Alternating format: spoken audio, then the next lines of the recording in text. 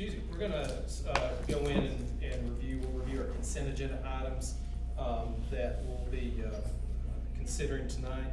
And so we'll walk through those. We'll take time to do that at this time. So in your packet, you see the items for tonight. We have a committee meeting minutes that was on July 11th prior to our full board meeting. Good to see you. We have the minutes for that. We also have the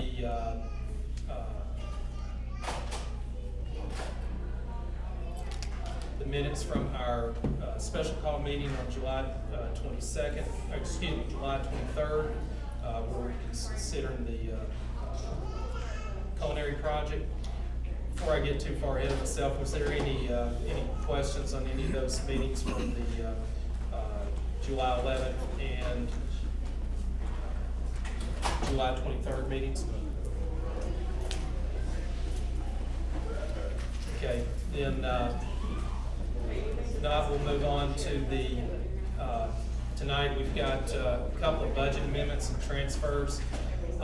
We received some federal funds, Perkins grant funds, and which is new money for the district that will go to our CTE programs. And then we also there was some funds needed to make up the difference in some medical insurance, so there was a budget adjustment to cover some health insurance costs for employees. So those are the only two budget amendment items that we have before us tonight. So you can see in the new monies coming in for the Perkins grant, those are going to be used for instructional supplies and some equipment. So anything you want to speak to on that? Just, I apologize to the board, I just got those this afternoon. I went to Miss Allie, she's been very busy with the start of school, and I said, do you have a budget amendment? She said, I have two that I can give you. So it's a total of about $7,500. Again, one is $5,000 in grant funds we received from Perkins Grant and how that's being dispersed, and the other one is just shuffling $2,475 from instructional coaches category to medical insurance to cover the costs where we had an under budget there. Those are in your electronic packet. So I'll give you a moment to review those if you have any questions on those before we move forward. Yesterday on those, the Perkins grant money, is that a new category of money that we're getting, or was that something that we have received in the past? Now, we've received those kinds of funds in the past, and Mr. Ward works with the teachers to determine what supplies and equipment that they want to purchase. Okay, just FYI to make sure it shows in the notes that I am on the phone in attendance to the meeting. Yes, sir. Okay. Since you have that, Mr. McDonald attended our work session, okay, just making sure. Okay, then continuing on through our consent agenda, and next item, policy report. We were asked to consider the addition of President's Day to our vacation days. Policy on vacation holidays was provided to you. We were asked to get information on the financial impact of adding that holiday to our vacation and holiday schedule. That financial impact information was not available to us before this meeting. So we're going to have to table that till that information can be gathered. So I want to just make you aware of that. So in that part of our consent agenda, that item will not be considered. Then we go to the next as far as policy changes. This speaks to policy 4700, testing programs. You know, we have in our policy that the ability to allow students to test out of various programs, and that's the change to the policy that's being presented. What we're doing is we're adding to that policy eligible courses that students could test out of. Mr. D, I'll give you the opportunity to expand on that. Yeah, you're exactly right, Mr. Chairman. That's just the list of courses that they're able to test out of. I don't believe we had any that actually did that last year before it was prepared. But so in your packet, you have a list that's highlighted of those courses that are now in policy as set forth by our curriculum team. So just for the record that we understand those reading from our policies, ones that have been determined: English 4, pre-calculus, anatomy and physiology, world history and geography, economics, personal finance, French 1, Spanish 1. Those are courses that are eligible to have a credit exam, and so that will give students the opportunity, if they so choose, to what you call test out of those programs, those classes. Excuse me. Yes, ma'am. This test out program is any of those like dual credit type things, like? No, I mean, that wouldn't be. They wouldn't dual get any credit. college. You wouldn't, college wouldn't be able to test out of it. It's just, it's, a lot of it is, say, like foreign languages. If you have a Spanish-speaking student, they can obviously speak Spanish already, so it makes sense Yeah. that they'd be able to test out of that into Yeah. another course. I just didn't know with some of that, like calculus. I didn't know anybody could test calculus. It's like personal finance. I guess Yeah. if you had a banker that had to come back to high school for some reason, they could probably There test you it. go. Well, I didn't know if calculus was maybe one of the courses that might have been. So that is just the amendment to that policy.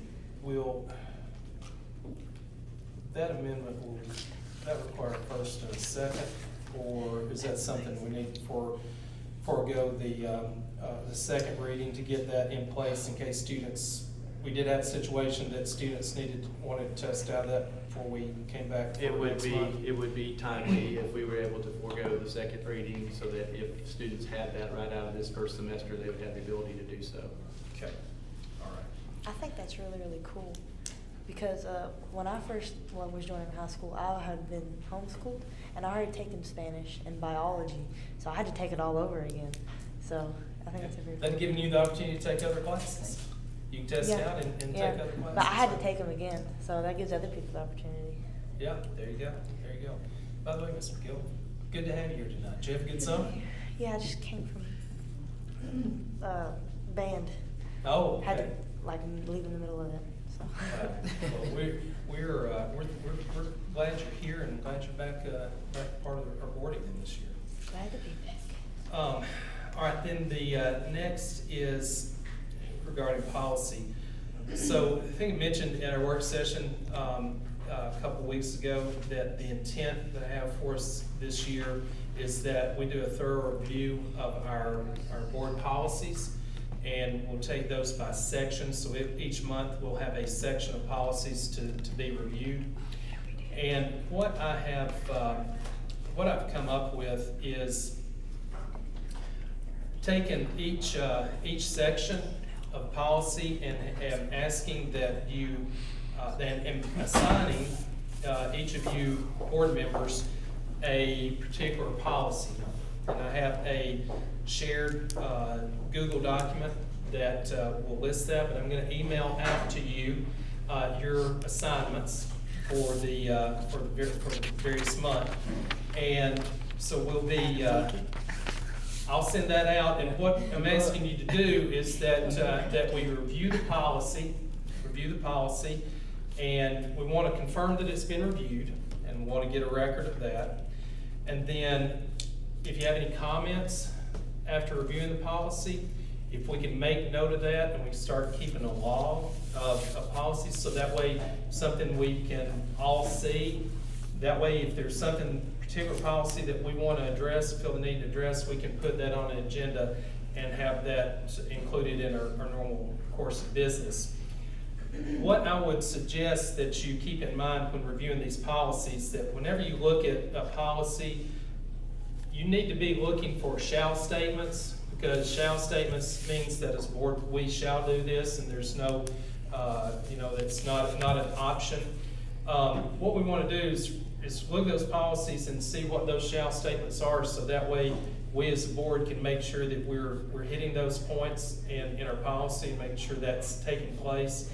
I think there's also dates of things in the policies that may apply, so we want to make sure that we're mindful of those dates. And I think it was last year, if I recall, I think we put a calendar together after gone through policies, tried to identify things that that we needed to have on our agenda to try to make sure that we get it on the board's agenda, that we take care of it during our meetings. But I think we want to try to make sure that we're on course there. So if anything that's not being addressed, that we can do that. So and then I think what we need to consider too is looking for supporting evidence that shows that how those responsibilities are being carried out. So certainly going to rely on our staff, Mr. D, to help us with that. So if you're reading through a policy and you say, I'm not sure about this, have a question, I think Mr. D would be the first point of contact there. And because it may be something that just we're not aware of, or maybe we need some clarification on. So there'll be assignment. I'll be sending those out to you electronically. You'll get those, and I'll ask that you be mindful to be working through that between now and our September meeting, so that way we can start checking this off and doing a thorough review of our policy manual. Any questions on that?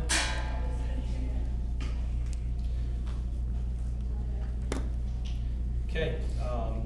Hearing none, then we'll move on to the next item. We were given a copy of our maintenance report for the district. That was included in your electronic packet. Seems like a lot of the work throughout our district is being done or has been completed. Anybody have any questions on any of the items that were included in the maintenance report? The old gym. That's the 140,000, right, because it went up and everything? Great, because I was there for 5th grade graduation, it was still, it was already pretty warm in there then, so I'm glad they're gonna have that, at least for basketball to start, so. They're working on it right now. Yeah, that's great. Those new bathrooms are awesome. The new high school bathroom? Good, Okay. Everybody's really impressed with them. good. So we have positive comments about the high school bathrooms. That's That's a plus. we need to That is have good a- operating functioning bathrooms throughout our district. That should that be a was- priority for us, right? That was It a really should. good- They were bad. They were really Yes. good. Yes, Mr. McDonald. On the gymnasium at Dole and the air conditioner, we're doing away with those air conditioners that are inside the building and moving the air conditioners now to the outside of the building, correct? That's correct. Yes, it'll have one of the wind socks like the other gyms have. Okay, so we're gonna get away from the hope of, we'll get away from the fact that we won't have any more water bubbling on the floor. Yes, we're not gonna be selling any concessions, and, no, I'm just kidding. Yeah, we're gonna sell concessions, but yes, we're removing the water hazard from the AC units inside the gym. Great, thank you very much. We've had too many insurance claims on that. And we certainly don't want to get canceled. No. Exactly. All right. Hey, Any Mr. other- Mr. Chairman, I Yes, know, this is just an observation, and I haven't spoken with anybody here yet, and I mean, I already have it in the plans in the works, but, the tree right at the end of the gym right there is dead. And so I didn't know whether you had any plans on trying to get that thing down before. Yeah, we've discussed that, and there's some at Doyle too that we've discussed that need to come down as well, so we have to be looking at that. Well, I I'm waiting know, on it to cool off a little. yeah, I know there's Yeah. Jimmy Holman and Holden Null. Holden, well, they both graduated. They live up here and they both have tree services. That's just names to. We actually have equipment to do it ourselves. Okay. Oh, really, we do? Oh, Good that's deal. great. I just had to deal with 2 dead trees the other day, and I thought they both gonna kill me before I got them down and out of it. So that's right there. And one more thing, the barrier on the road that goes around behind the gym right there? Maybe I'm the only one to think of this right here, but there's some good old boys up here with 4-wheel drives and 4-wheelers and motorcycles that could just drop off up there and go right around the edge of the woods and come around and ride around behind the back whatsoever. I just wondered if, it's hindsight, of course, setting that barrier at the end of the gym going that way towards the road, to where you could just build a little retainer that way. They may be something fire marshal says no about or something like that, but I just thought, first time I saw it, I said, boy, that'll just be a challenge for some good old boys up here to get around. And then all I gotta do is drop off the driveway up there, go down through the grass, come up here, so. Yeah, we That's look just at two that. observations. Yep, we'll get them on our really high-resolution cameras that we've installed all around the building. But we will, but we, that's, and which is along that road, by the way. But yeah, that's a good thought. Probably saw me on it the other night when I come up here to do some work, and I looked around and I said, is that great, Daddy? So I walked around there and looked at it too. Yeah, Miss Cope may or may not have seen me testing the slipperiness of her parking lot at 4 in the morning right up here one time, so. The Dodge- slippery, Yeah, the Dodge is powerful, yeah. Doing donuts and power slides? That makes me All right, think. we'll strike that from the record. All right. Mr. Chairman, Ms. McGill had a question. Sorry, Mr. Gill. Okay, in the high school, you know the back parking lot where like band and people usually, is there cameras back there? Cameras all over. Okay, because We installed 174 cameras. Yeah, there's cameras all Don't over. you Just know anything you're you don't always want. on no, camera. no, I'm saying it on because There's I one saw right there people- smiling at you. Because I've seen people from the road come like directly after school, like grown-ups, and do donuts while there's still kids there. Yeah. So I just want to make sure that was monitored. That's frowned upon. Some things never change, No, it regardless of what year it is. All right, anything else regarding maintenance? Okay, then let's move on to school report. We had a school report from all the principals turning to us for all the schools in the district. Seems like everybody's excited to be back to school and get off to you're off to a good start. So appreciate the comments that were presented in that report. Any questions regarding what we received for our school report?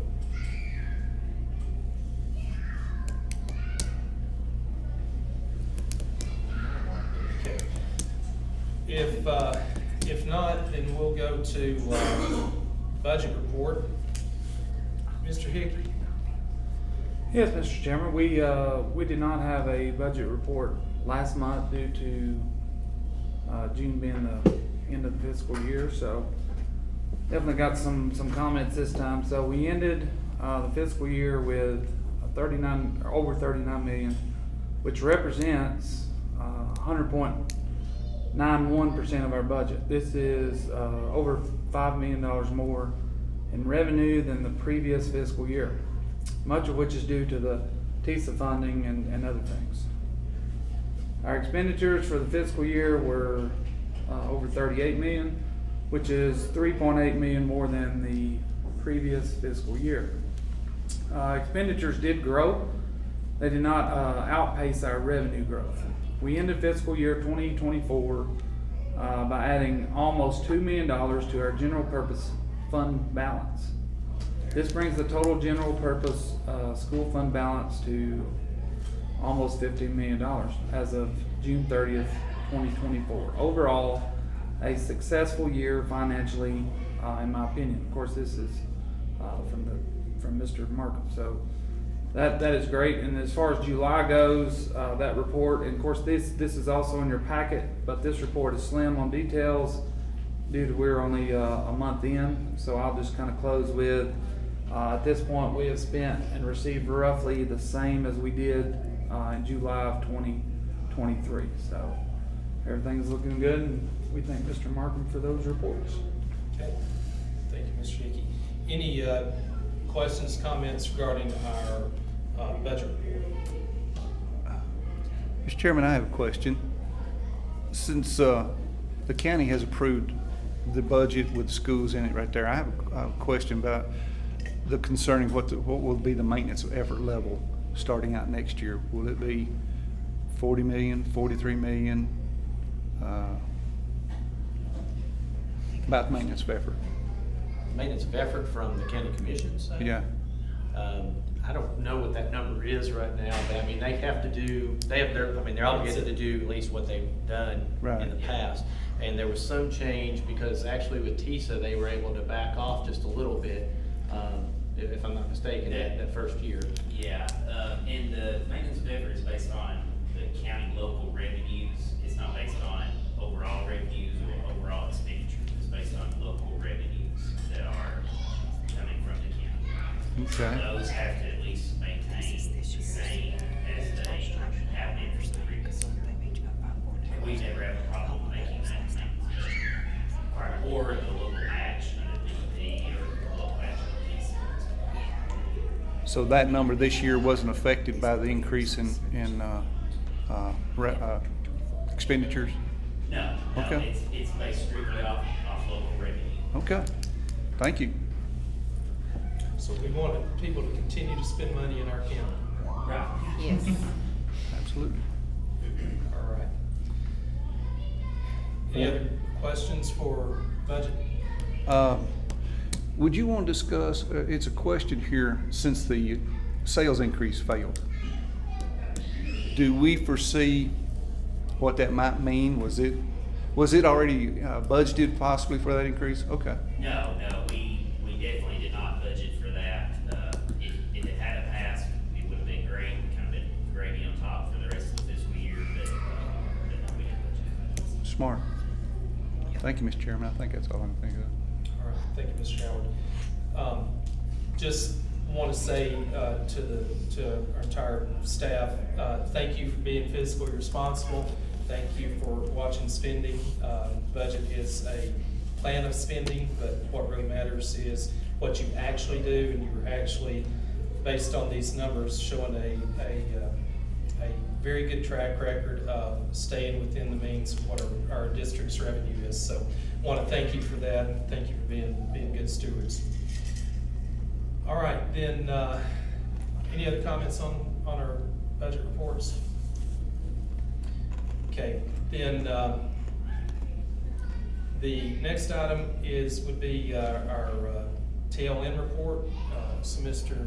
Howard, would you have anything to report on that? No, sir. Aren't you happy? I think it was one of the first time in the last 4 years I just said, nothing to report. Well, Nothing new that I'm aware of. yeah, it's not a whole lot to report on when they're out of session, so appreciate you being diligent in following them when they are in session. Thank you.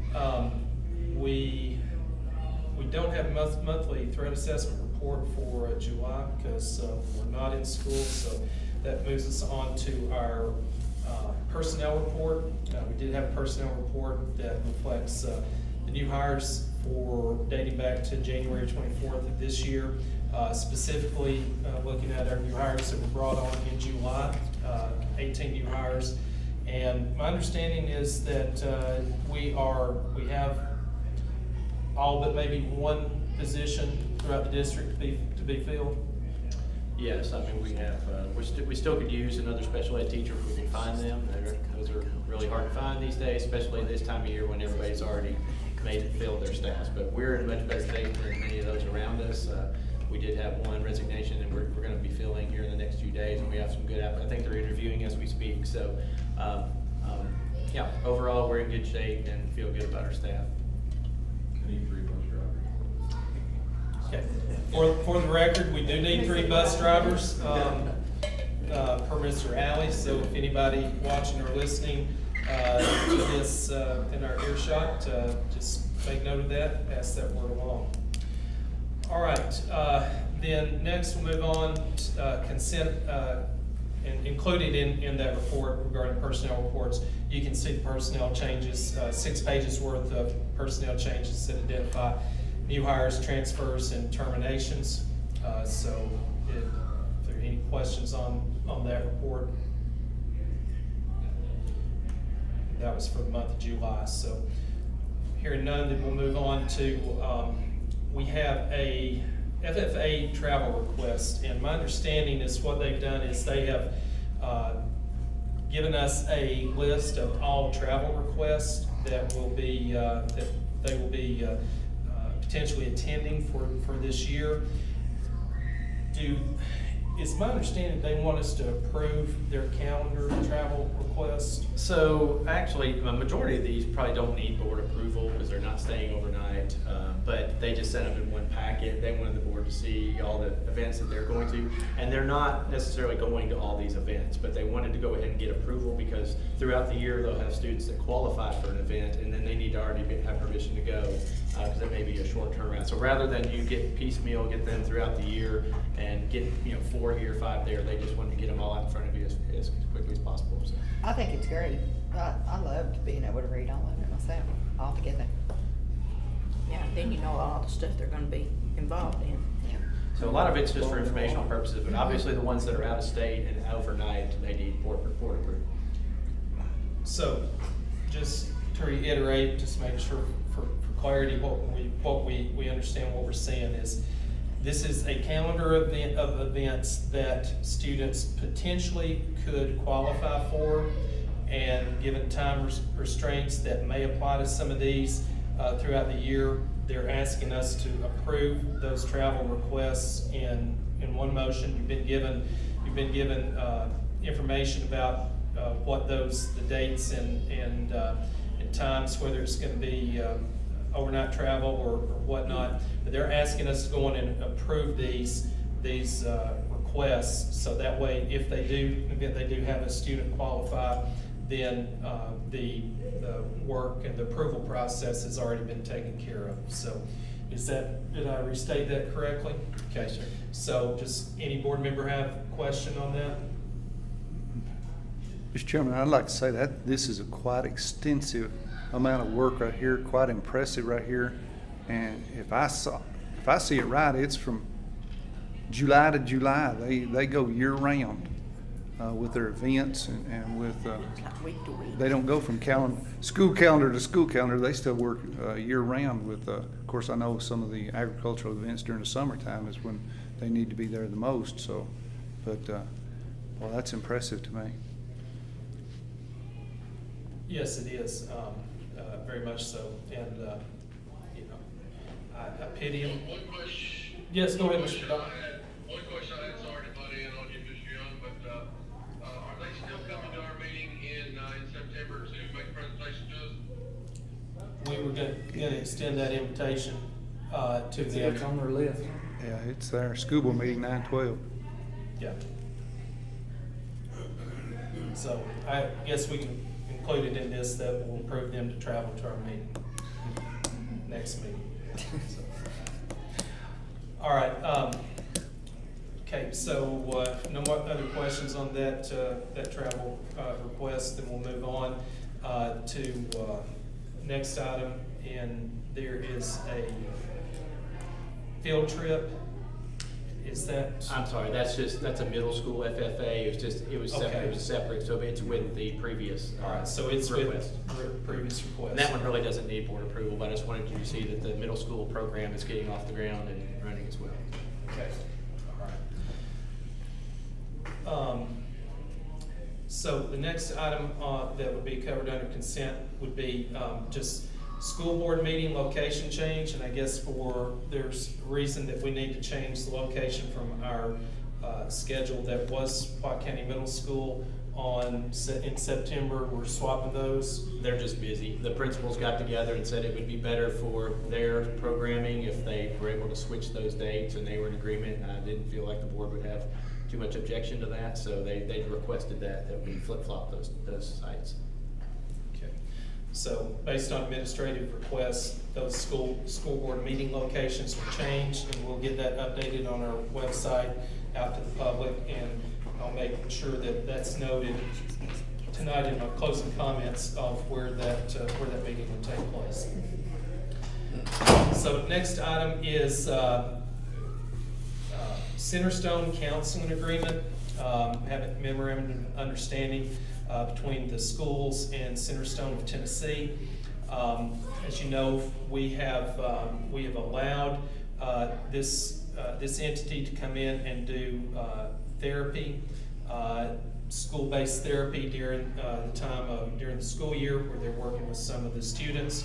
And so this is a 5-year agreement for this that will take place beginning August 1st.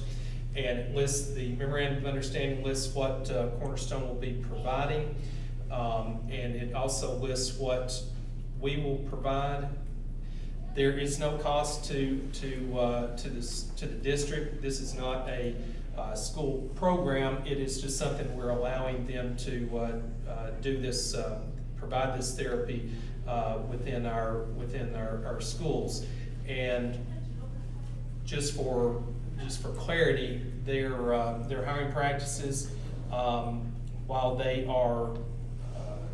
they're responsible for their own hiring, we do have the opportunity to review the people that will be coming into our district, and they have in the agreement stated that they will secure that the hiring policies of our school that they will comply. Their hiring policies will comply with our school's district's hiring policies. So, anything you would like to add to that for clarity? Yeah, this is a good program. We've had this for many years. This is the current MOU has expired. And so we just want to redo this. They work directly with families and their insurance companies. So it's been a good program as they work with our students with mental health issues. So we feel confident in this agreement, and we feel confident with this entity of re-entering into a contract. They were very forthcoming. We were allowed to, they said, you write up the MOU any way you want, whatever you need in it. They've been very hospitable. We feel good about moving forward with it. Okay. Board members, questions, comments?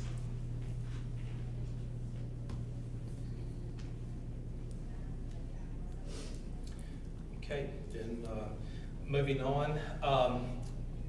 We have a TSVA district policy manual maintenance and online service agreement between White County School Board of Education and the TSVA.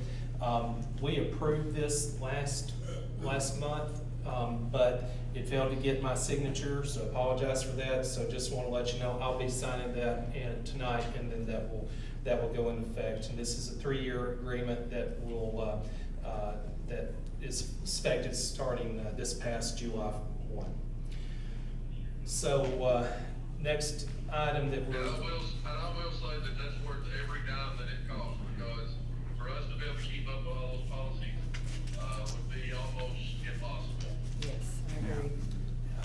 I think I don't think my law degree would qualify for that, Mr. McDonald, so thank you for bringing that up. All right, so next thing that we've been asked to consider is district assessment calendar. There's some date changes there, so that was provided in your packet. Let Mr.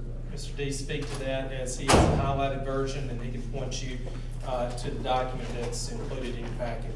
Yes, so this was approved previously by the board, but honestly, we didn't have all the dates. We put in the dates that we thought were correct, but we got some new dates from the State Department as to when, for example, TCAP, EOC, and of course the dates would be, and statewide dual credit. So we just got those, so those are the changes. So we made a couple amendments, and the policy says we have to post it, I think, by July 1, but we didn't even have the dates by July 1. So these are just, we made some of those edits, they're in your packet, and just asking for approval so we can post this correctly. Okay, so we've already approved district assessment calendar. This is just updating with current dates. So any questions, comments for that item of business? Okay, then last item is a memorandum of understanding between Cumberland University and White County High School. This is for their athletic training program. So my understanding, we have a student at Cumberland University that they've asked if we would give them the opportunity to do training here along with our fall sports teams.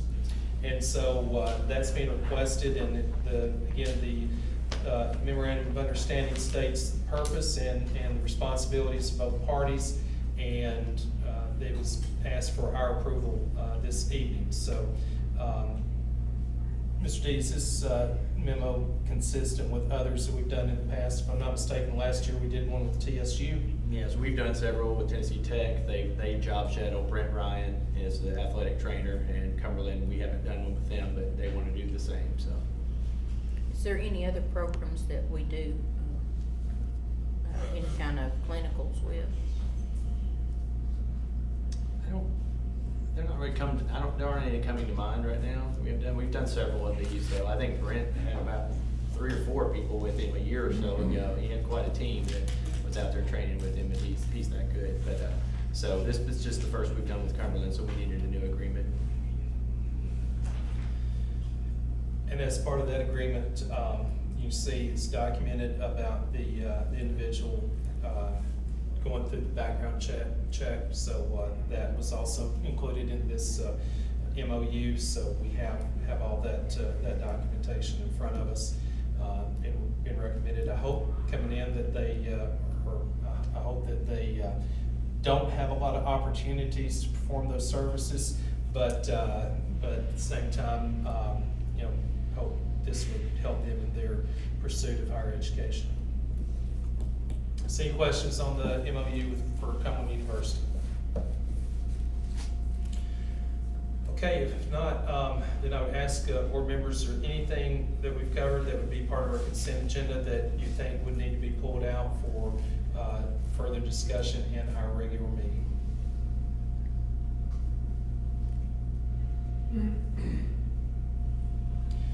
Okay, so here no comments on that. I will move that we'll bring the consent agenda to our regular meeting as presented, and we will approve those items in one motion as that allows.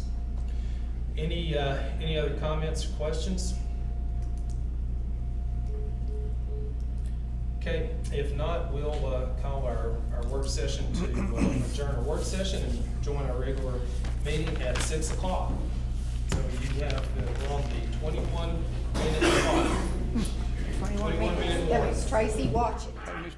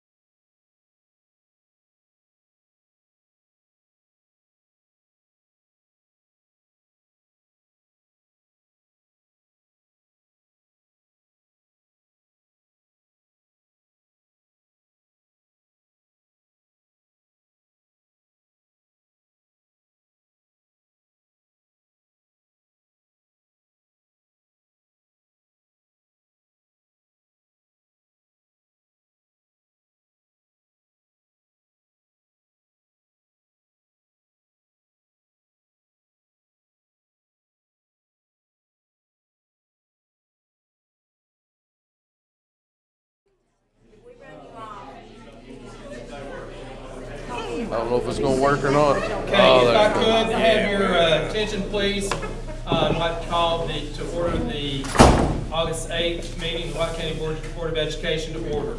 If you would, please rise, and Mr. Adam Hickey will be leading us in the pledge to the flag.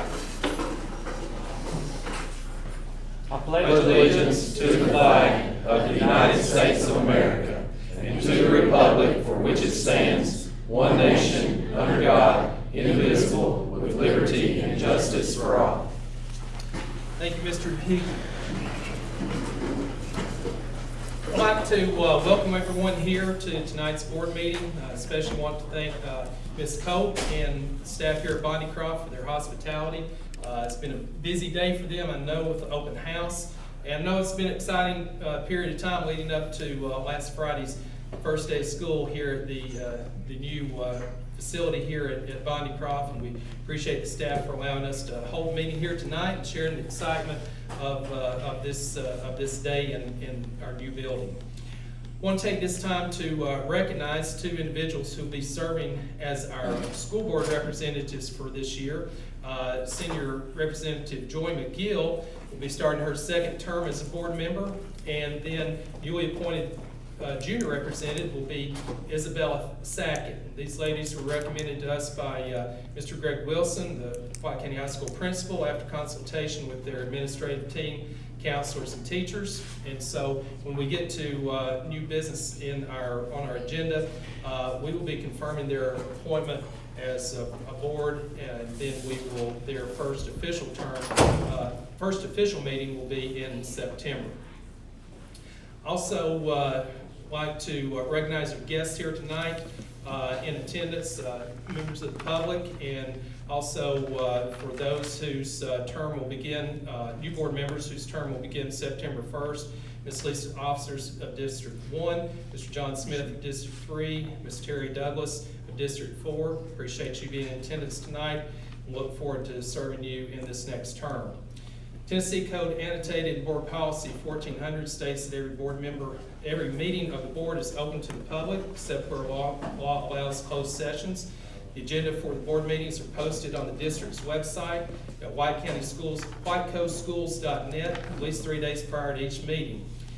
Each meeting agenda by law includes an item reserved for public comment. Sign-up sheet is made available prior to the beginning of the regular meeting, and individuals who have signed up prior to the start of the meeting will speak at the recognized time on our agenda, and for those that have been signed up on the sign-up sheet. So for more information about public comment, you can visit our website and our policy that's posted there. Also, board meetings are streamed with the help of Warrior Media for live or recorded viewing. Links are provided on the district's website. So attending and or speaking during tonight's meeting implies consent for the comments and appearances to be used in that manner. Tonight's meeting covers a variety of administrative tasks for the board and special recognition by Principal Cope and consideration of funding opportunities for the 21st Century After School Program, among other items. So, preview of tonight's meeting.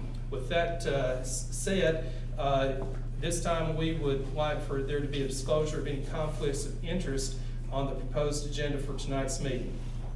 Mr. Chairman, as I do each and every month, I will state that my being on the board, my wife is a teacher in the district, but all the comments and items that you'll hear me speak on tonight are all truly from deep within me and have no or reflect on her, and it's in the best interest of the district. All right, thank you, Mr. McDonald. Mr. Chairman, I will state the same as Mr. McDonald. Thank you, Mr. Hickey. Mr. Chairman, ditto. All right, thank you, Mr. Howard. So, Ms. Sims, please let the minutes for tonight's meeting reflect that Mr. McDonald, Mr. Hickey, and Mr. Howard all disclosed that they have spouses that are employed by the district, but nothing in the proposed agenda constituted conflict for them for tonight's meeting. So with that being said, board members have had the opportunity to look over the agenda for tonight's meeting. So we would need a motion for approval for us to proceed. Motion to approve. Motion by Mr. Howard, do I have a second? Second. Second by Mr. Donald, discussion? Okay, hearing none, all in favor signify by saying aye. Aye. Opposed? Motion passes.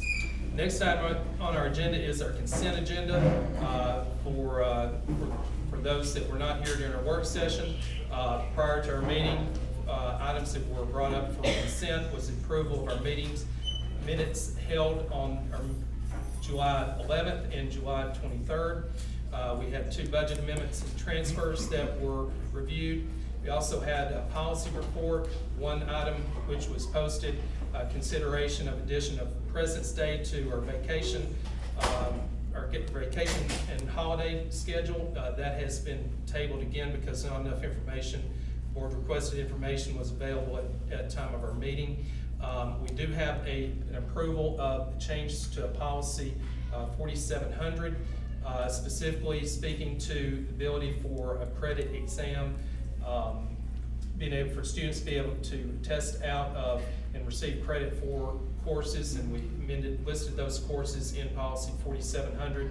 And we also, board members will be assigned section 1 policies for review and report prior to next meeting.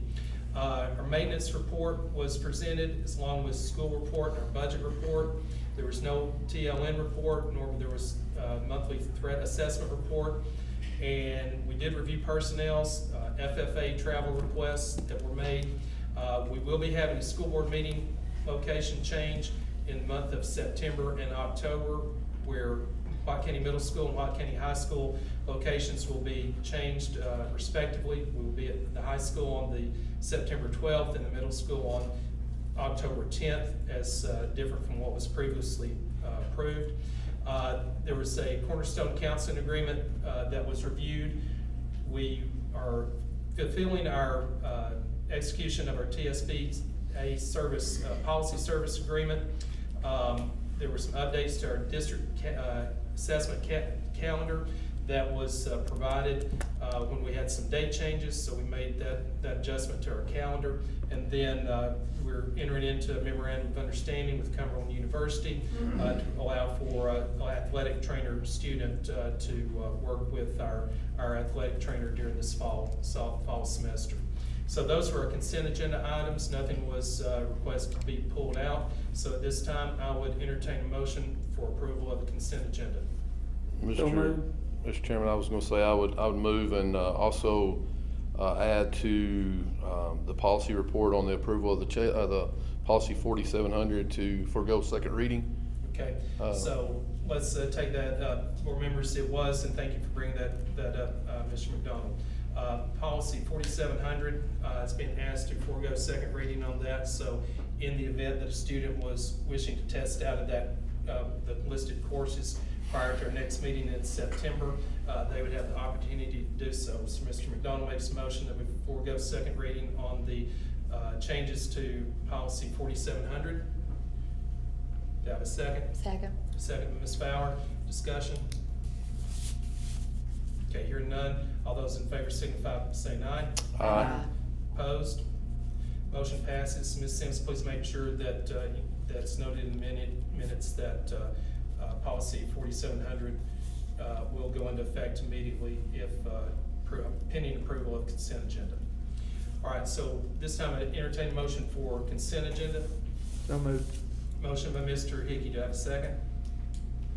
Second. Second by Ms. Stone. Any discussion? Okay, hearing none. All those in favor signify by saying aye. Aye.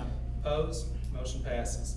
Next item on our agenda is our school health heroes. This is something we'll be doing new for this year. We're going to give the school administration opportunity to recognize school health heroes. And so this time I'd like to recognize Ms. Cope. Thank you guys for coming. It is a pleasure to get to share with you guys some of our school health heroes. As anybody that knows anything about education knows, there's heroes all around this building. In every corner that you look, they're there. But tonight we're going to celebrate some of our health heroes. And so I'd like to ask all my cafeteria staff to come up here with me at this time. So, behind the scenes of every successful school is a dedicated team. working tirelessly to nourish young minds and bodies. Our cafeteria staff are unsung heroes who play a vital role in the health and well-being of our students. Every day, they create delicious and nutritious meals that fuel our students' energy and focus. Not only do they work to fuel our students nutritiously, they love and care for our students by greeting them each morning with smiling faces and kind words. Throughout the different seasons, you will find our cafeteria decorated with fun and exciting things for our students and staff. Bondi Croft Elementary is so blessed to have Miss Stephanie Shepard, Miss Arna Shaw, and Miss Shauna Peterman as a part of our Bondi Croft family. So, thank you, ladies.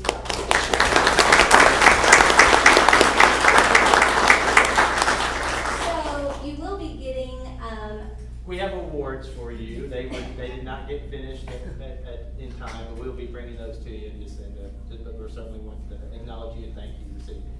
thank you. Thank you. Thank you for coming. Also, we have some people who are actually not able to be here with us tonight. Our school nurse, we wanted to honor her as well. She is actually at open house with her daughter at another school tonight, so she is unable to be with us. But I still would like to read to you guys a little bit about our nurse. So, our school is fortunate to have a compassionate and skilled nurse who is the heart of our school's health and safety. From tending to minor injuries to providing essential health screenings, our nurse plays a crucial role in ensuring a safe and healthy learning environment for everyone. She is always ready to lend a listening ear, offer comfort, and fix any boo-boo you may have. Beyond physical health, our nurse also promotes emotional well-being. She educates students about healthy habits, injury prevention, and the importance of seeking help when needed. Her dedication to the overall well-being of our students is truly inspiring. We are so grateful to have Nurse Brandy as a part of our Bondi Croft family. So,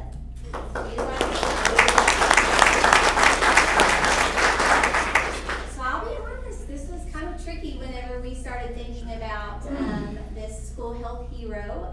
So we also wanted to honor some of our students tonight as well. There are two students that are not able to be with us tonight, and so I want to still read a little bit of something about them. They are siblings that go to school here. They just came to us actually last year. But I would like to read about Lincoln and Ariana Lavario. They understand the importance of fueling their body with nutritious foods to support learning and energy levels. They consistently make smart choices at lunch, opting for fruits, vegetables, and whole grains. Their enthusiasm for healthy eating is contagious, and they are both role models for their peers when it comes to eating healthy foods. They even inspire me to stay away from eating too much of the candy I love. We are so proud to have these two school health heroes here at Bondi Croft. Good job. But another student that I would like to honor tonight is actually here with us. So this is Austin, so I'm going to read a little bit about Austin. All right, so we are incredibly proud to shine a spotlight on Austin Medlin, an extraordinary student who exemplifies the true meaning of being a health hero. Last year, he made an extraordinary selfless act by donating his bone marrow to his sister, who is currently fighting leukemia. This remarkable student's actions inspire us all to consider how we can make a difference in our community and beyond. Austin is a true role model who has shown us the incredible strength and generosity that resides within our school.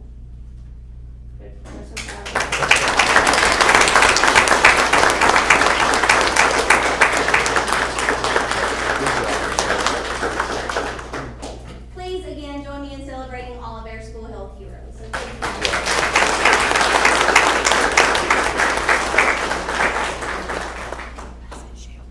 Thank you, Ms. Cope. That was well done, and recognizing and bringing attention to some very deserving people. So thank you very much. Board members, any comments? Not to take anything away from those other ladies and everything, but that young man is a true hero to his family and his community. So thank you for what you did, young man. Well done. Well said.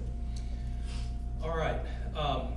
We'll move on to next item on our agenda, 21st Century After School Funding. So, I'm sorry, yes, before we move on, in the event that anybody would like to, has other obligations tonight and you're free to dismiss yourself at this time of the meeting, and we will give you the opportunity to that, but you're also welcome to stay if you so choose.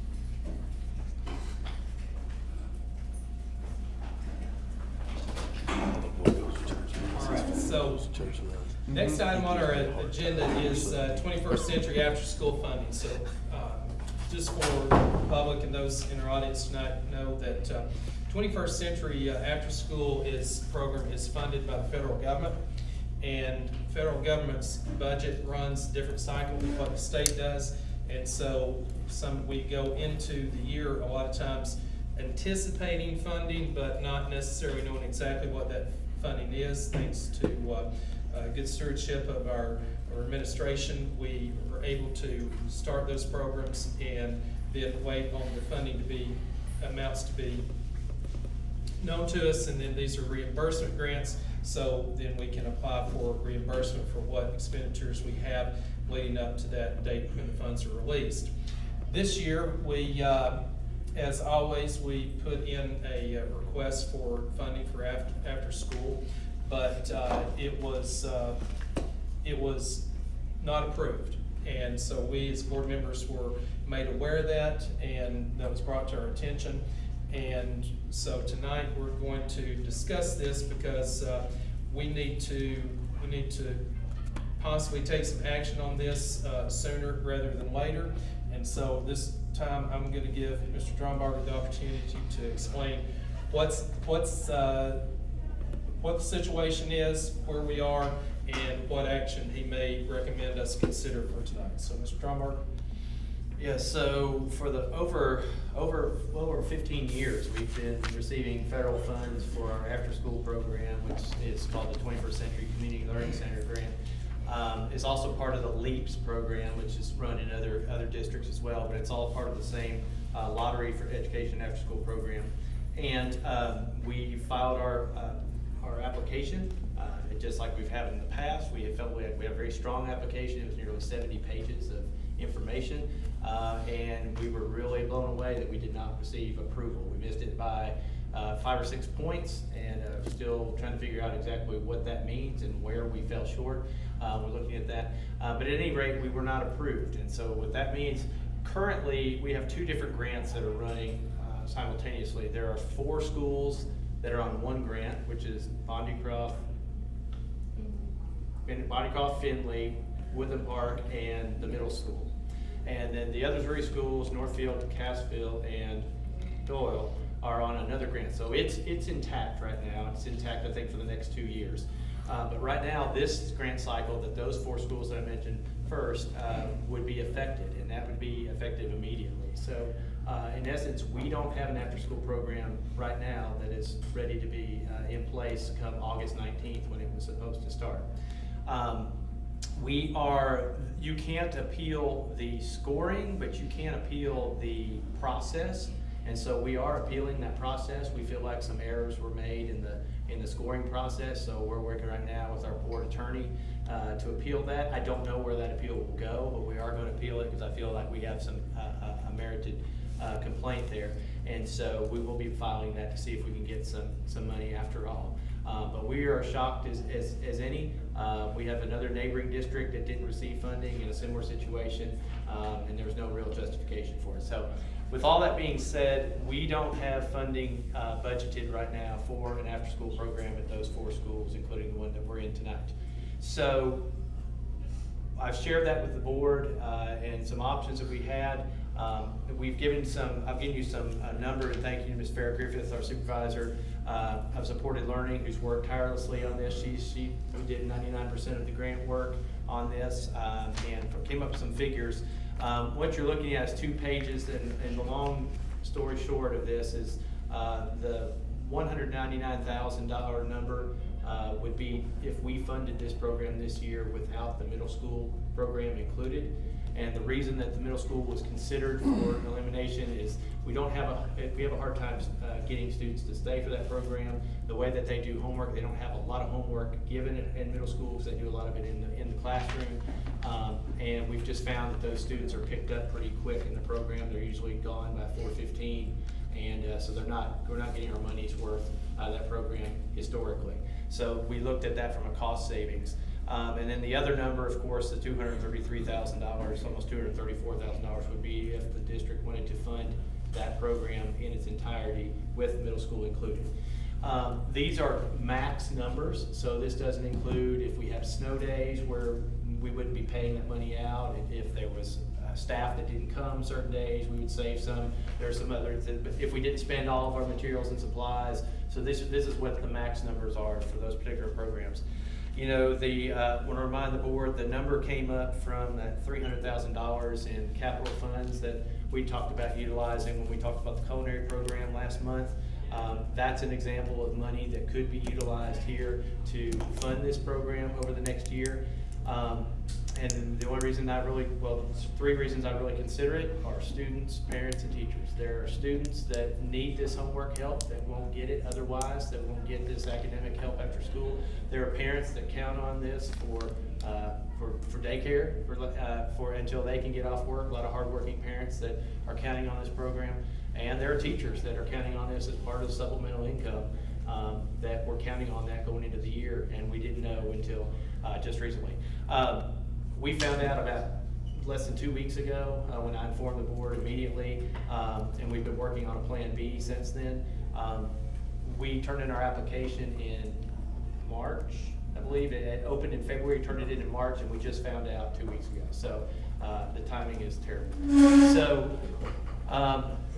now what that means is what I'm suggesting to the board is they entertain perhaps using some funding to fund this program for our students and our teachers and our parents for the next year.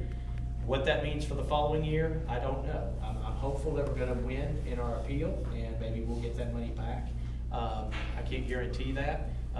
It would buy us some time to make a plan B, or at least to let parents and families know that, okay, this program's going away. But I'm having a hard time telling people that we're counting on that on August 19th, that it's non-existent. So it would be money that could have been used in some other form or fashion, but it is money that, like I said, up to about a month ago, that we didn't realize that was in that account that we could utilize. So it's something I want to put before the board and what the board's support in, if it's something the board felt like they wanted to do. I know that the community would benefit from it. I know, our parents, and I know our students would benefit from it. And it would buy us an opportunity to apply maybe for other grants or look at other opportunities. We have spoken to some groups in town. We could explore paid options for some folks, but with 2 weeks to go, it's hard to get something else off the ground that is going to match the kind of service that we were providing. So that's the story in a nutshell. It's an expensive consideration, but it's one that's served us well, and that we were very, very disappointed to have not received. Mr. Drumberger, how many normally signs up at the middle school level? I wasn't sure. I'm gonna let Ms. Griffith speak to that. She knows the numbers, and she works directly with those people. So the numbers for the 4 schools in question, Bondi Cross number that they had to hit for 21st century was 45 kids, and that's 45 kids staying at least 90 hours. So on Ms. Cope's roll, there's probably about 65 kids that are included in that. At Woodland Park, it's 100 students. They carry a roll of about 130. At Finley, their number is 55, and they carry about 70 kids on their roll. And at the middle school, their parameters are different because they're bigger children. They have to do 45 hours, and their number is 45 students, and they carry about 120 kids on their roll that kind of float in and out because it's kind of a prescribed tutoring. So it affects a lot of families, particularly here at Bondi Cross and at Woodland Park. Those are very consistent attending kids. So when we say 45 and 150, those are very consistent attending children. Ms. Griffith, do you foresee it being a problem if we don't fund the middle school? Do you see that hurting our scores in the long run? The homework help at the middle school, I do think is important, and I won't discount that, because the folks that work after school are the teachers, and they're the academic teachers, and we're very, very purposeful in hiring teachers to help in those academic areas where there's needs. So to say that that won't hurt us score-wise and academically would probably, not be a good statement for us to make. But when we think about the impact is much greater with smaller students because they can't go home on their own.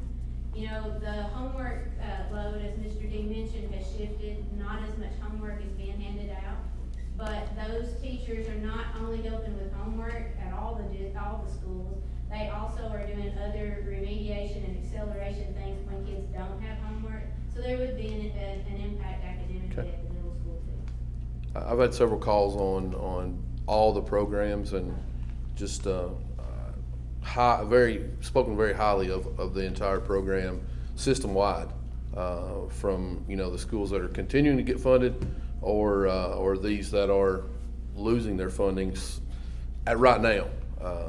But very high numbers to say that they want this program to continue and not just continue for the short period, but for the long haul. Mr. Drumberger, if there's not a lot of other options, I make a motion we fund them all. Okay. Director, the chairman. Oh, I'm sorry. Okay. He can't take anywhere with I'm that. sorry, Mr. He's looking at her like, Young. yeah. He's looking at me like, oh, yeah. Mr. Young, I'm sorry. I make a motion we fund all of them. Okay, so, thank you, Ms. Stone. So I have a motion on the floor that we fund 21st Century for all schools listed. That would be Bonnycroft, Finley, Woodland Park, and the middle school. Did I get them all? Yes. So I have a motion on the floor. Do I have a second? Second. Sorry. Second, Mr. Howard. Discussion.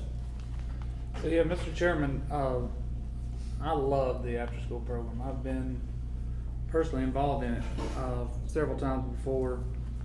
My wife is a huge part of that as far as at Finley, and definitely think that we should fund that. No question, and glad we've got the motion and things to do that.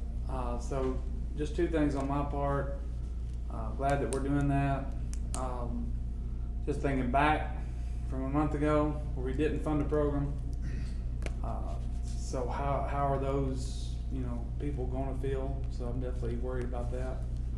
So I hope the board will consider to bring that back up to fund that program, because I think it's just as important. But then the second part, I will not get to vote on it just because conflict of interest.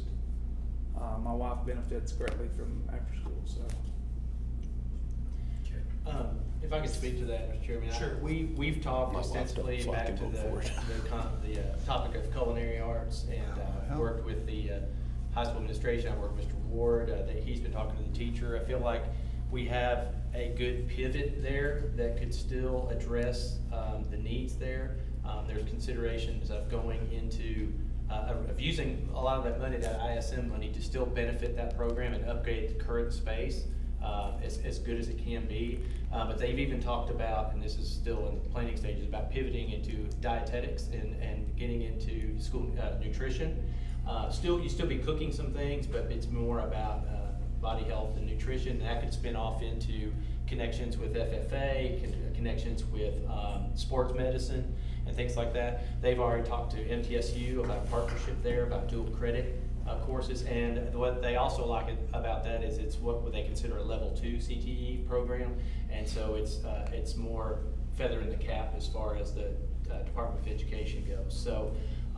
So we think we can do a lot of that, and it also would help with some infrastructure issues we're having at the academic wing, because it's the older part of the building. So we do have a pivot there. We think that's going to help those programs. That'll still be beneficial to those kids that are in that space, and still be able to do it within the budget that ISM grant has. And we think that would still provide some money help enhance the other programs we already have even a little bit more. So he's working directly, Mr. Ward's working directly with the teacher on that idea, but we feel positive about the direction of that. So I feel like we can maybe address both of those issues. So you don't think they'll still have issues with the, and I know this is off topic from what we're voting on, but, yeah, we can discuss that later. Yeah, with the infrastructure, with plumbing and things like that. Yeah, I mean, we don't think that we're gonna create the volume of need that maybe we were looking at before with all the drainage and commercial kitchens and equipment, things like that. We can buy some new equipment that will lead into, that different proportion program that's not gonna strain the current infrastructure as much, so. Thank you. Getting back to the item on the table. So what we have a motion and a second for funding the after-school programs. Get back into that topic. Any other conversations, points, discussion by the board? So I guess my question is the 233, 778, 89, you said that's the max number that we would use. Would we need to, in turn, make a budget amendment from the capital money that we had talked about last month? Would that be a new business item that we would need to do tonight? First speaking tonight, would we? Yeah, I mean, I think you can do that tonight, and we could do that before the county commission, this month. My recommendation probably would be just to close that fund out completely. Okay. And move all that money over to the general purpose school fund, and then reallocate it that way. Okay. So, good point, Mr. McDonald. That's what I'm here If for. the board is okay with that, we have consent, what we'll do is we'll go on and add this to a new business item, and we'll address that, if that would help you, Mr. Markham, to get this to the county in appropriate time. Because we just want to make sure the program's funded at the point in time we're gonna start, so. So we're 2 weeks. I mean, we're 2 weeks away from the start of that program, so. Okay. All right, so other discussion about funding the 21st century after-school program. Mr. Chairman, I'd just like to say I'm in agreement with it also. I know that's an expense and may have possibly a reoccurring expense next year through the same issue right there. Hopefully not. Things will be resolved. I think this is getting a good bang for your buck right here. And so I'm in favor of it. And I don't know, do I have a conflict? Do I have a conflict in voting on this? Does your wife, I do? Okay, well, I'm gonna have to exclude myself too then. I don't, my wife does not work All after right, school, so. I don't have a conflict. I don't have a conflict. So. Recuse, I guess, is the correct term. Ms. Sims, just make note on this. So you made the motion. Did you second the motion? No, they made the motion. I'm sorry. No. Well, I mean, I did too, so I'll All have, right, so- let me rescind my second, so. And she can. Okay. All right, so I won't not get in knowing there trouble was a here. conflict there. So Ms. Sims, we have a motion by Ms. Stone. Ms. Stone, and we have a second by Ms. Fowler for the motion. And for the record, know that Mr. Hickey and Mr. Howard both are accusing themselves for the vote. So any other discussion from four members? Okay. Hearing none, then all in favor signify by saying aye. Aye. Opposed? Motion passes. So we will address the budget amendment in new business. Okay? All right, moving on, we'll go to the next item on our agenda, and that's the district update. So, Mr. Umberger, I'll turn it forward to you. All right, well, thank you all very much. That's gonna make a lot of people in our district happy, and it buys us some time, and I'm hopeful that we will get some money back from the federal government, but we will see. We'll fight hard. School's officially begun. We have 1 week in the books as of this afternoon, and we have some minor bumps, but overall it's been a smooth start to the year. You've seen the personnel report in your folder for the month. We've had lots of transactions, but we're almost fully staffed. Currently have 1 certified position to fill. We could use an additional sped teacher if we can find one, and 3 bus drivers. 3 bus drivers. So come see Mr. Alley. We will pay for your training. We have, as far as safety goes, we have a new camera project as complete at this time. I think it was 174 cameras that we installed on top of the cameras that we already had, so we're very well covered across the district. And the lock changing process at several schools is continuing as well.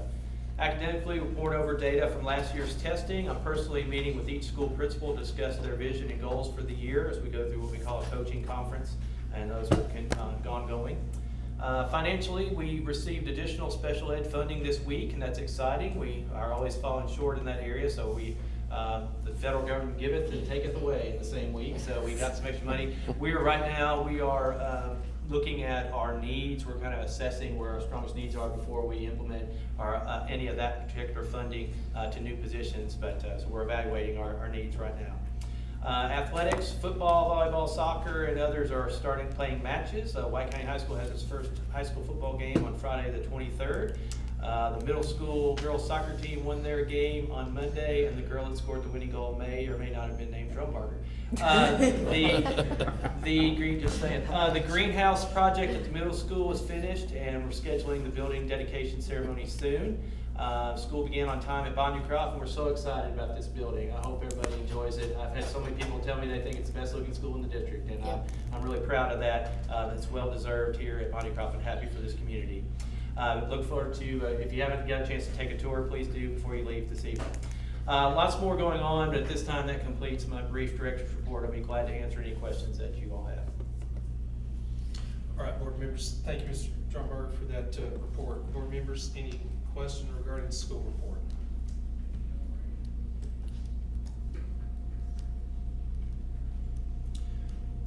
All right, hearing none, then we'll move on to next time on our agenda. Mr. Howard asked we put on the topic of school vouchers on our agenda tonight. So, Mr. Howard, I'll turn it over to you. Thank you, Mr. Chairman. This was a subject that was brought up to me again when I was out meeting the community, and it's going to be a hot topic for, I know, this legislative session and in the future also possibly. I have some things I have to say, because when people say that they want to come up and speak and we don't have just an open comment section, it has to be on the agenda. So that's why I went ahead and asked for it to be put on the agenda. And thank you, Mr. Drone, I guess it's Mr. D, that gave us this information about this and other information in there. That was a learning experience to get to see that and read that too. If it would be okay with the board, I would like to recognize the gentleman that asked for this to be come and talk to us right now. It looks like the comments is just one or two sections past this, one or two line items by that. But if it's okay with the board, I'd like for him to speak, and I have no idea what he's going to say.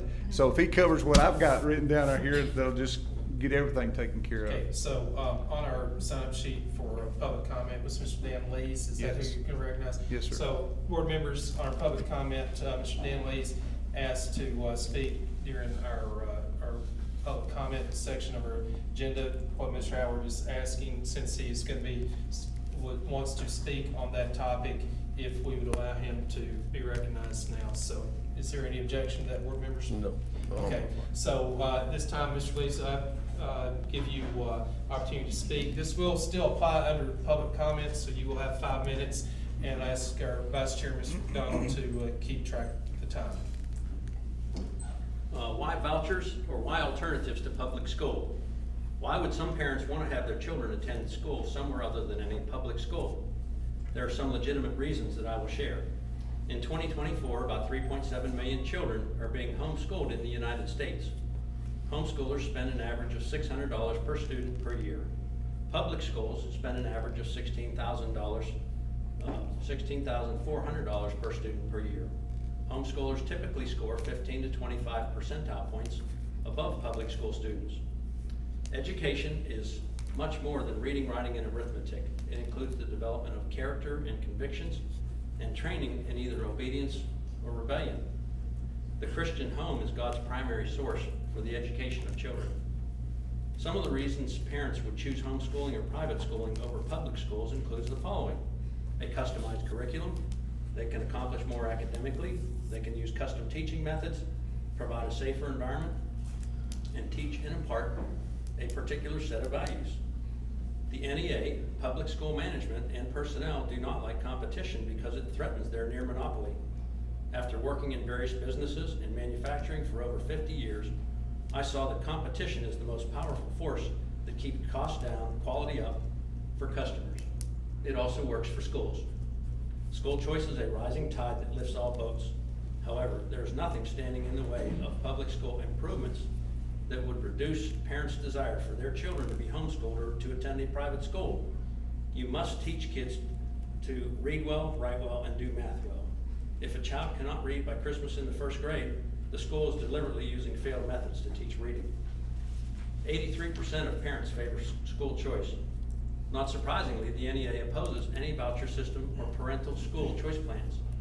Widespread use of alternative education sources prevents universal student indoctrination in the NEA's globalist objectives, of which there are many.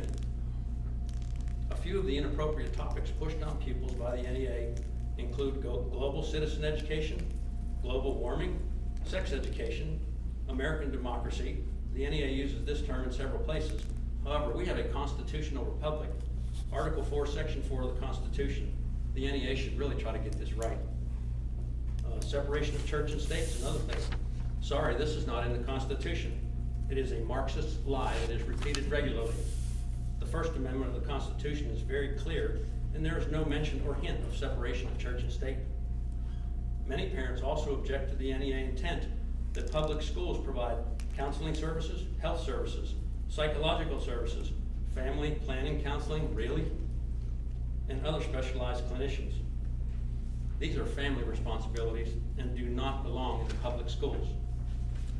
The NEA opposes standardized tests when used to compare anything or anyone, such as students, educators, programs, schools, communities, or states. Then why give any tests at all? Test results have always been used for comparison and to show how well students have learned the subjects. And if one school or school system has notably better test results, other schools could implement the same good practices. The NEA opposes this. They are totally satisfied with mediocre. After reading through the NEA resolutions, it is clear that their number one overall goal is to get more money from federal, state, and local governments. Numerous resolutions repeatedly call for increased taxation and annually increased funding. The NEA's education system is geared much more towards student indoctrination than education. In the eyes of taxpayers, students should be properly prepared for work and life. Political correctness and wokeness should never be mixed in with education curriculum. China ranks #1 in international tests of K through 12 math, science, and reading. The USA ranks 25th. You can keep going down the same failed road, or you can address the challenge and improve the public school significantly so that parents will not seek alternative education for their kids. If you study the best academic practices and moral training used by homeschools and private schools and implement them, you would soon find that parents would stop seeking alternative education for their kids. Everyone would benefit, and you would be applauded for your wisdom. If you fail to do this, you will be remembered for your apathy and your continued loyalty to a godless, woke, politically correct, and morally bankrupt education bureaucracy. Thank you. Mr. Lee, just one second. You mentioned in your comments a couple of times NES. Would you just for NEA? Would you just for record? Would you state what organization are you referring to? National Education Association. Okay, just wanted to make sure because you referred. Not sure if there was clarity on that. Sorry if I said that, mispronounced that. Okay, all right. Thank you, Mr. Howard. Yeah, Mr. Chairman, thank you for allowing Mr. Lees to come and speak. I would like to lean more towards, the latter part where he said right there that we can all learn from our experiences in teaching through different styles here. And I know as far as the legislative side of it right now, I've asked the question myself too, why is this vouchers coming up right now, and why is they not giving us all the grant money that's been getting in the last like 15 years, and I've been stonewalled too, and I've been wondering that what is the issues that's coming down behind the scenes. I know when we sat at the last Tennessee Legislative Assembly, for the TSBA, we sort of leaned over to each other and said, do those legislators that came here know that they're in a hostile environment for vouchers? And they were. And they were, and rightfully so. I'm a big proponent of public education. I'm an example of it. maybe not a good example, okay, but I'm an example of public education. My grandfather started and founded his own college called Hutchins College, and then when I was a legislator and thought so much of public education, he actually spoke in the early 1900s, knowing it put him out of business, knowing the necessity for public education and how the government could reach out to where, you know, at that time, possibly even now. But I did a little research in why possibly, you know, the numbers are getting to the legislators' ears. And I did not know that Tennessee was ranked number 3 in the nation in homeschooling. Now that was according to Brightly survey right there.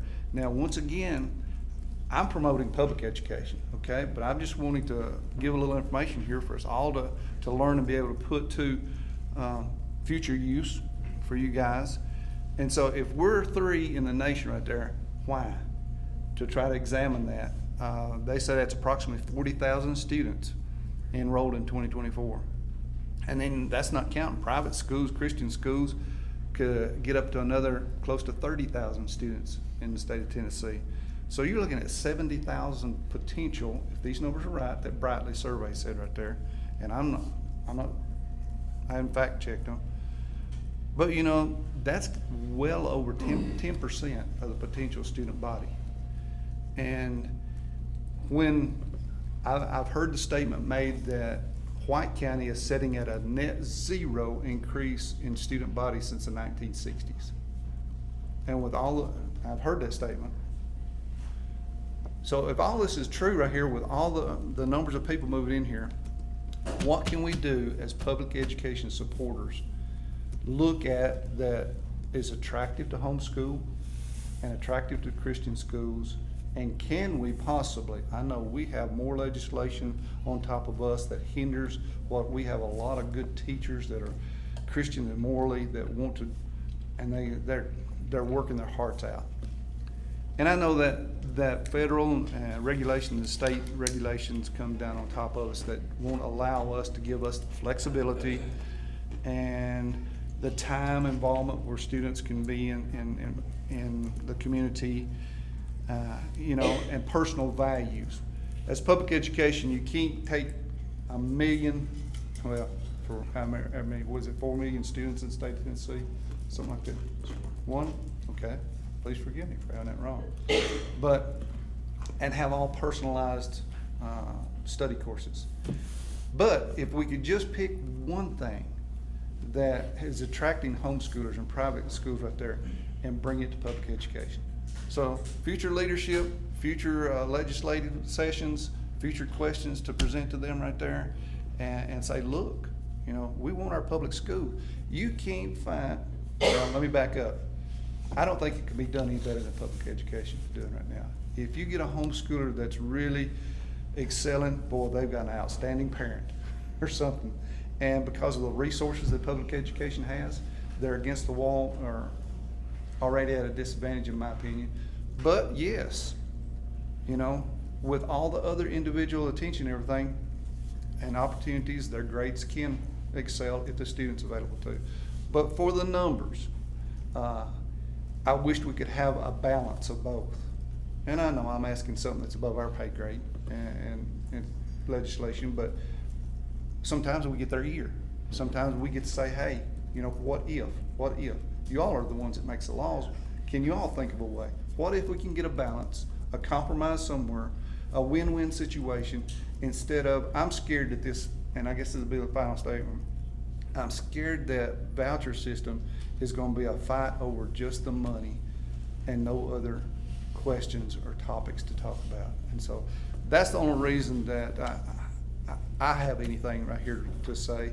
And I compliment, you know, people from the public if they want to come and bring those questions as cordially and nice as Mr. Lees did, even if the majority of the people sitting here might disagree with the front of it, you got to agree with the back part of it.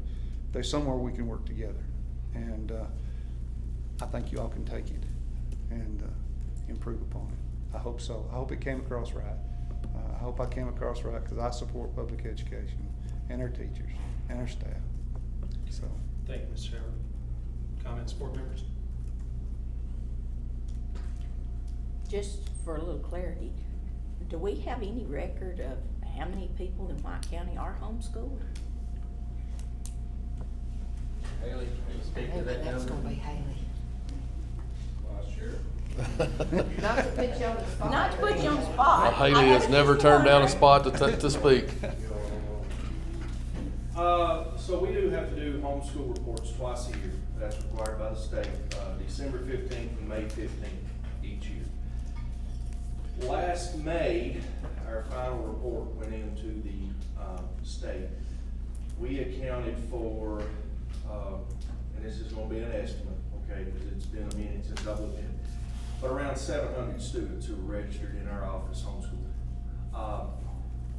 Now, most people don't understand everything that's required with homeschool, and they don't report. Not because they're trying to break the law, but because they just don't know that they have to do those things. But we track the ones that are submitted to us, and we require those same clientele students to come in the following year and make sure that they report. But, you know, there could be a few more than that that just are not reported for whatever reason, but that's what we accounted for. And that number has climbed. I mean, it has gone up in all counties. I hear that all across the Oklahoma, that, homeschool numbers, everyone is battling that. And I think most people think that maybe COVID had a little something to do with that. I'll speak for me personally, I think COVID had a lot to do with that because all districts, there were very few districts in Upper Cumberland providing virtual education. Okay, yes, Butler County was, yes, Butler County. But it forced everyone during that time to provide an online platform. And we did that successfully. And then I think that gave people a taste of it that might have been scared and reluctant, but it gave them a taste of it, and they're like, oh, that's not so bad, oh, we kind of like that. So I think there's a lot that goes into why folks homeschool. There's just a lot that goes into that decision-making process. So, and then the last thing I would say is that I'm getting a lot of homeschool paperwork at the beginning of this year. And I don't know where the numbers will balance out, because traditionally, whatever number of students you drop at the beginning of the year, you'll add that many. So they typically balance out. But for the first entity report in our school district that was on the first Friday, the first full day of school, we were 70 students short that day than we was the first day of school last year. 70 students less. And again, there were students enrolled in that day, so that's not a 100% accurate number. We'll get another entity report tomorrow. We get those every Friday, and it gives us the number at each school and overall district number. Mr. Haley, or maybe this may be a question for Mr. Drumberger. How many students do we have in White County? Right now, there's at 3750. A little over that. I mean, again, we're looking at last Friday's numbers. I actually looked at them earlier this week, but I'll be honest, I've had so many phone calls, and so many things. It's Yeah. close to 3,800. 3,800 postal. But I would say we're in the 3,750 to 3,800 range. Okay, is where we're thank going. you, appreciate it. Well, again, we'll know definitely tomorrow, so if you want to answer that tomorrow, you get a better answer. Mr. D, is that something, that number that he gets on Friday, that entity number, is that something that could be included in our weekly update that you could do? That, I mean, it would be good information for us to know on the breakdown of the students across the district. Thank you. I have 2 grandchildren that are homeschooled, so it's tough. It's hard for me to chew sometimes. Could I say something, Mr. Chairman? Sure. First thing I want to say is, and I'm extremely biased, but White County has a great school system. Mm-hmm. Not a perfect school system, and not one without flaws, and not one that doesn't need to improve every day, but really, really great. I work with records all across the state, and I hear things that are going on in other places, and White County should be proud of their teachers and proud of the work that they do each and every day. You know, we do have a high number of students that are homeschooling in our region and across our state, which to me says that they already have choice. You already have that opportunity. This is about, and vouchers, I think, this is my opinion, but it's about just taking public dollars and going to private entities. And, you know, I've heard somebody make the analogy that I don't drive on I-65 much, so I want my I-65 money and I'll fix the road in front of my house. And that's, I think that's a little bit what the money grab is about when it comes to vouchers. But I also say that I have almost zero affiliation with the NEA. I don't subscribe to just about anything that the NEA does. I can count on one hand the number of teachers I know that belong in the TEA in White County. So just because it goes on in the country doesn't mean it goes on in White County, and I'm proud of that. But last, what I'll say is I'm not afraid of vouchers. I'm not scared of vouchers. I'm all for it. If you want to take your $7,000 and go somewhere else, fine, but make it apples to apples. And that's what I say to legislators. Make those people take the same test that we do, be under the same restrictions that we heard that we're under, that we can't do this and we can't do that. If the laws and the rules are the same, I'm all for it. That's what fair competition is. But they're not talking about fair competition. They're talking about taking the money and doing whatever they want, but still holding public schools and teachers and their students and their parents to an unreasonable set of standards. And so, as long as that's the narrative that they're selling, I'm not buying it. But if they want to make it fair for anybody that's taking public tax dollars, then I'm on board with it. Thank you for that time. Mr. Young, I'm also a little concerned that there will be people that might want to take their $7,000 and go with this that's not really in it for educating their children. And the children will be suffering because to somebody that's got 3 or 4 kids and you say, hey, they're gonna get $40,000 and they don't really spend that much time on education, they can have money to do fun things. And that could be a problem. Yeah, I appreciate that comment, Ms. Stone. Board members, I'm gonna have a last comments on this subject. We're gonna move on. First of all, for everybody in the audience and listening, school vouchers is just a concept that's being considered by the legislature. You've been provided with, board members, you've been provided with documentation and on how we can address questions that public may have regarding vouchers and how a position of being against school vouchers, as Mr. Drumberger said. People in the state of Tennessee have school choice. That's an option for them now. The topic is who's going to pay for various types of education, and so that's what vouchers are. That's why they're being considered, is using public money to pay for private education in the primary school arena. So, but this is not something that is on, this is not something that passed, not something we have to deal with now. I encourage board members to educate yourself on the subject, be in conversation with the legislators, your legislators, and representatives and senators about the subject. You have the information in front of you to be able to have discussions on this matter. But one thing I want to say that is referenced earlier in our discussion about China and their ranking as far as education test scoring. To my knowledge, I don't think homeschooling is an option in China, and so if it is, it's probably highly regulated. So if they're scoring well on tests, then they're probably have something else way that they're accomplishing that. But I don't think homeschooling is how they're doing that. So just for that point. Also having and I don't think our TCAP scores and data, that hasn't been publicly released yet. Not all of it. Well, having looked at having the opportunity to see the raw data coming out from our test scores last spring, I think that it just goes to back up what Mr. Drumberger said about our district. Our district, our staffs, our teachers, our administrators are doing an excellent job as far as producing quality scores within our district and throughout the state in areas of math, science, English language, and I think the other one was history.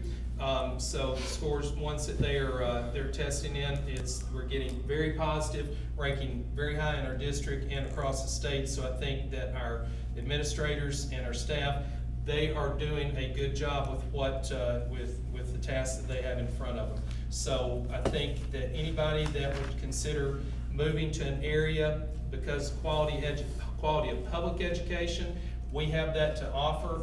And so I want staff and administrators to know that it is not going unnoticed. So appreciate your hard work and your effort in that. So any other comments on that, you could direct those to myself or Mr. Drumbarger after the meeting. But this time we're going to move on to the next item on the agenda, and that's homeschool athletics. Mr. Howard, you had a question on that? Thank you, Mr. Chairman. Once again, I just want to compliment people that come in and want to ask questions. I like for them to see that this board is not scared to address tough issues, good issues, and promote public education in a positive light. But without some of those questions and comments, you know, people might not, well, they might say that we're just avoiding them. So once again, I had a person ask me about an incident that they thought that they were unfairly with their children, that they homeschooled and didn't get a chance to play in or have the opportunity to be on it. So I invited them to come speak, but once again, they didn't show up, so I thank Mr. Lees that he didn't show up. So I thank Mr. Drumbarger for giving us this information about the policy that White County has implemented, and that's policy 4.301. Thank you for that. Also had the Public Charter Act, this followed behind, where it says homeschool students shall be permitted to participate in accordance with TSSAA or TMSAA guidelines. If a school is not a member with these organizations, homeschool students that are zoned for the school shall be permitted to participate in interscholastic athletics to the same extent as other students. So, thank you for that. I don't see any problem with it. Can I ask this question? If someone feels like that they've not had opportunity, probably this child did, but if they feel like, what are the guidelines set up to where they could have that questioned? Is there a place, or is there steps you already implemented? I think we take that to the athletic director, but I mean, what this was an addition, this last portion that you just read, and what this what this change was, prior to this change this summer, students in White County, homeschool students, had the opportunity to try out. They're entitled to the right to try out. They're not entitled to a spot on the team. Right. So they had that prior to this year. What changed here was there was some district. We're a member of the TSSAA in high school and the TMSAA in middle school, but some districts were not, and so they were saying, well, we're not in the middle school affiliation, so we don't have to follow that rule. So that's what this change was. It says whether you're a member of that organization or not, homeschool students still have the right to try out for those teams. So that's really what the change was this summer. But the homeschool students in White County have had the opportunity to try out for many years under this policy. Thank you. You brought up a question because I saw the date on that public charter, and I meant to ask you if this was a brand new law not implemented. No, it's just this last section, because there were some people that I think were probably hiding behind, we're not affiliated with the TMSAA, and so we don't have to let you try out. And so I don't know that, but I'm assuming that's what happened. But that's why this language was changed, to make sure whether you're governed by the TSSAA or not, you had to allow these students to try out. Thank you. And once again, I don't bring things up to try to be contradictory or argumentative. It's just I like for the public to trust us and say, hey, these are implemented. Laws there. If there's an issue, athletic director or the next step right there. So I feel like if we discuss them openly right here, it takes our teachers out of the firing line. Now that's my entire goal right there with any discussion here. If people don't get a chance to address here, I hear a lot of them, well, I'll take it out on the next person. It's usually our teachers that are the next person they see. So that was my entire goal. I like one thing that you said, Mr. Drumbarger, and I'm proud you said it. All homeschool students, all students in the school have an opportunity to try out for the team. They're not guaranteed a spot. Right. So I like that you said that, and I like that. Is that in our procedure manuals, or is that in something, or is that unwritten rule? Well, no, that's the way this is spelled out as far as participation. They're able to participate and try out for Yeah. teams, but it I doesn't like guarantee a that. spot, just like any of our students. I like that. I'm glad that was It's been brought my up. experience over the years that coaches want to win, and so they pick the best players. They don't care where you go to school. If they take the best players they've got. Come on, Mr. come on, McDonald, Bob. if there was a That's what I told guarantee, the I would have guy. had a successful NBA career. All right, so You'd be on the Olympic team right thank now, you. right? No, maybe with the dream team. All right, thank you for that. So, board members, we're gonna move on in our agenda. Next item on our agenda is public comment. There was nobody, else besides Mr. Lees that asked to speak before the board tonight. So that's gonna move us into new business. So, what I wanna do is I'm gonna bring up to you the items that we had carried forward. First of all, we have the approval of the school board representatives that were recommended to us from the high school. And those representatives would be Ms. Joy McGill and Ms. Isabella Sackett as a junior representative. So those have been recommended to serve term for the 24-25 term. So this time I need entertain a motion for approving those representatives. So move. Motion by Mr. McDonald, have a second. Second. Second by Ms. Fowler. Any discussion? Okay, hearing none, all those in favor signify by saying aye. Aye. Opposed? Motion passes. Next item on our new business agenda is budget amendments. So on our agenda, we approved the district funding of the 21st Century CCLC after-school program. And so coming out of that motion was the recommendation or acknowledgement that we would need to pass we're going to state what we are going to fund for that program based on what it was recommended. So I want to make sure that I pull that up and we have that dollar amount. Sorry, give me that. I want to make sure that dollar amount's covered. And what we're going to do is we're going to make a budget amendment recommendation. Approve that for to continue this program at Bonnie Croft, Finley Middle School, and Woodland Park. And so the number we're looking at is $233,778.89, and that will be funding that program. So coming out of what we discussed in agenda item number 8, what we're gonna do is we're gonna present a budget amendment. And so I'm gonna make the budget amendment. I have information in front of me, so if you allow, but I'm gonna make a motion that we approve $233,778.89 to fund the 21st Century After School Program for Bonnie Croft, Finley, Woodland Park, and the middle school for school year 2024-25. Second. All right, so motion and a second from Mr. McDonald. Any discussion? You still need to recuse yourself on this. Oh, that's right. Oh, I'm sorry, yeah, That's so right. I got, Yeah, you can't, you're. I'm not, you're I'm not- good, I'm you're good. Okay. So I made the I'm just motion, these two, Mr. I'm just McDonald- saying these two Right. would probably need to Your recuse refusal will themselves. still stand, okay? So Mr. I'm McDonald, that's trying, second. I'm trying, I'm sorry. Donald, second. All right, any discussion? Okay. Mr. Markham, would that help you in presenting this to the county, or do we need to do anything else? So you're wanting to move that out of the other fund, correct? Correct, I'm sorry, out of the capital fund into the general purpose fund for, and those funds being used for after school program. Right, so really kind of be a two-part budget amendment, so that'll be the first part is to appropriate those salaries and wages, and $193,805 for salaries, $34,973.89 for benefits, and $5,000 for materials, so that would be, and that adds up to the $233,778.89, which you're Okay. asking. So- And then we'll do another one to close the other account. Okay, so board members, Vote on this one first. we're gonna vote on this first, saying we're gonna approve these funds, okay? So, I have a motion, have a second, have a motion and a second. Any further discussion? Okay, hearing none, all those in favor signify by saying aye. Aye. Opposed? Motion passes.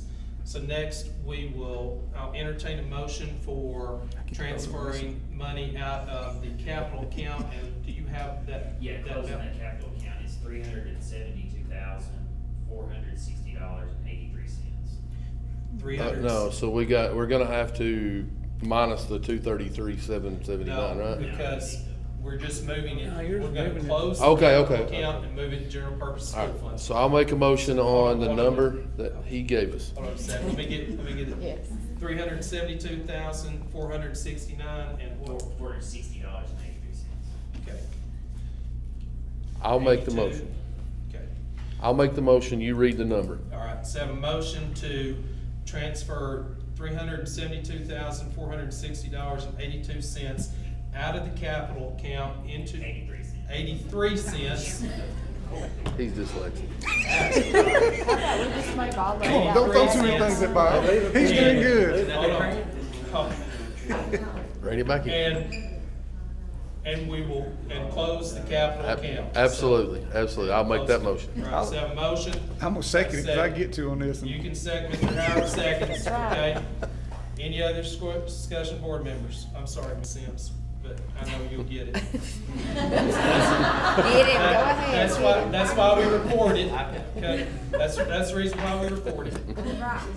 Go back and watch it Friday evening. Motion second, any other discussion? Okay, hearing none, all those in favor signify by saying aye. Aye. Opposed, motion passes. So next on our agenda is old business, and we have no old business, and so that leaves the chairman's comments.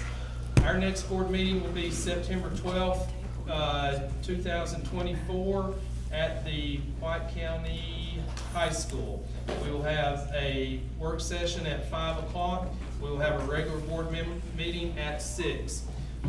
And so look forward to seeing everyone there that time. So at this time, I would entertain a motion. We have 2 board members that won't be here anymore. Oh, it's my bad. But it's Sorry. good that I brought it up, Sorry, right? thank you. That's the reason why you sit right there. That is, because I've been writing you a note. Okay, that is correct. I apologize. This will be the last board meeting for Mr. Hickey and Mr. Howard. First of all, I'd like to thank you all for your service for these past 4 years. We have plans to have a recognition for former board members for this term at a upcoming meeting. I think we're gonna do that in the November meeting, when we're gonna dedicate the boardroom to Mr. Robinson. Mr. Robinson and Mr. McBride. So, struggling in it's been a long- it's been a struggling. long I have to day. say it beside him. I It's have been to a say it long, beside long him. day. So anyway, we want to recognize you that evening, but certainly just want to thank you for your service. If anyone would like to have a brief comment, we certainly entertain that. I do, that's what I've been going, but Mr. Hickey, you wanna go first? Or no? I'll go first. Well, I'll let you close it out. Okay. So yes, thank everyone as far as the board members, chairmen now and past, and of course our director for sure. But yeah, getting to go around to all the school systems, be involved in things, seeing new schools built, seeing new teachers come in, seeing new board members from schools come in. I mean, it's been a great experience, and learned a lot. Learned more than I've been able to teach others. So that's a huge deal, and I appreciate it. Thank you. Better said than what I've got here, but I also want to say it's been an honor and a privilege to serve as a school board member. And like Mr. Hickey said, I've learned a lot, met a lot of good people that I probably wouldn't have had an opportunity to meet. And I love this county, and I love this community. I've always been, forever will be a warrior, and that's always touched my heart anytime a warrior is brought up. I always said that God put me here in this place at this time for a reason, and if I failed anything and what He wanted to do, it was my fault, not His.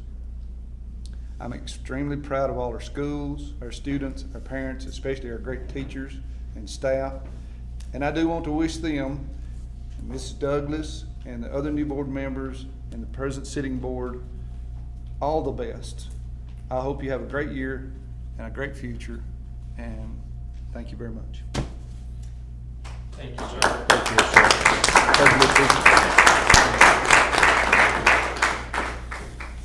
So, yeah, appreciate your service. You, both of you invested a lot into our district and our community. Obviously, appreciate your passion that you have for our district and your hard work, and just thank you very much for your service. We need people to be willing to serve, and it speaks highly to your character for you stepping up to that opportunity. So, I'll give other board members opportunity to, anything else to share?